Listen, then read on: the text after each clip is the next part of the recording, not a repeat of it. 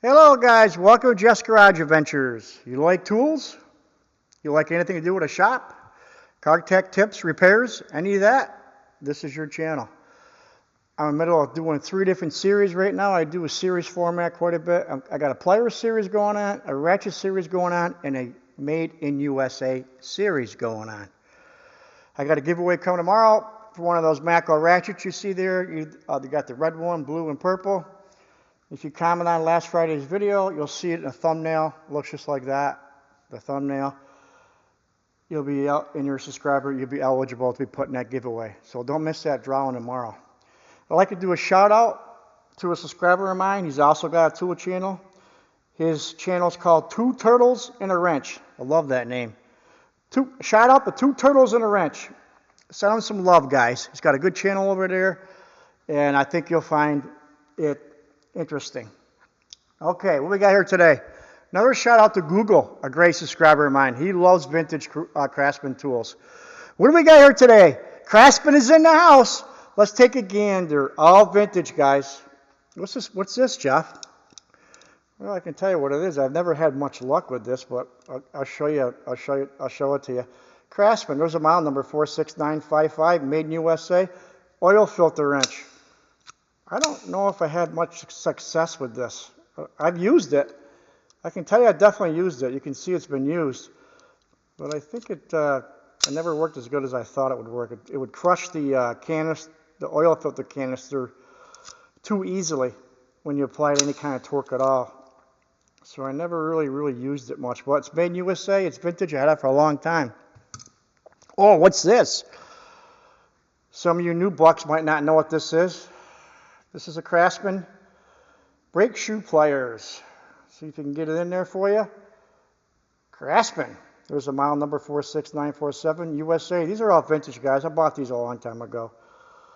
That's for the anchor. You know, when you got the anchor pin on top, you put it. You got the 2 springs on both sides holding the shoes on.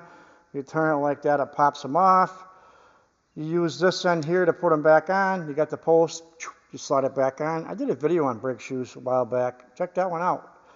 And this is how you put one of the springs on too as well with this end. It's a multi use. It's different. It's for different springs, like 3 or 4 different. So it's got a lot of uses on brake shoes, that tool.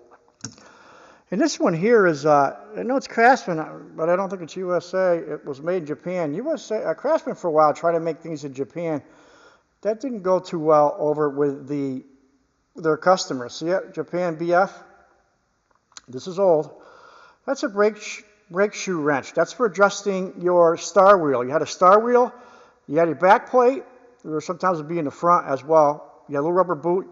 Took the boot off or cap, and you got to the star wheel. You either went clockwise or counterclockwise or up and down, however you want to say it, to put tension, more drag or less drag on your brake shoes. That's an error that's not that popular. I mean, you don't see a lot of brake shoes anymore. You still do, but not like you used to. You know, some of the e-brakes you see in cars have the brake shoes very similar, and there are still some brake drums, but most of it is brake calipers and rotors. Here we go. Here's something that some of you guys will probably never use if you're new. This is a distributor wrench. See if I can get the stampings on here for you. Distributor wrench. I still use this for my Chevelle. I'm not sure. I think I used a 9/16. This might be the one I use. I can't remember. CRAFTSMAN. There's a model number. You'll see it's made in USA, and it has 9/16 stamped on it as well. You had the distributor in the back or front. The Ford will be in front of the distributor. The Chevy was in back. And you took this wrench, and it would go under the distributor cap to unloosen or tighten the retainer nut that keeps the distributor in place. But when you wanted to advance it or take it out or remove it, whatever, you need this type of wrench because the cap was so big you couldn't get a wrench underneath it. So they came up with this design. And I still use this for the Chevelle. I got HEI ignition in there. And this is what I still use. And I had another little brother here. I think this one's a 1/2 inch here. Another distributor wrench. So this is like, you don't use them. You don't have no use for these anymore. with today's cars. But if you got a muscle car, you sure do. Made in USA. This is the 1/2-inch one here. These are old, guys. And my old trucks used to have these, but that's an era that's gone by. Some of you guys might not ever saw that tool before. All right, that's going to be it for this video. Short and sweet. We'll be getting back over to the toolbox. I got to, tomorrow's a giveaway, obviously, but tomorrow we'll, some guys just like when I do a quick pan of a shop, so I do it, you know. I got some work to do on cars coming up.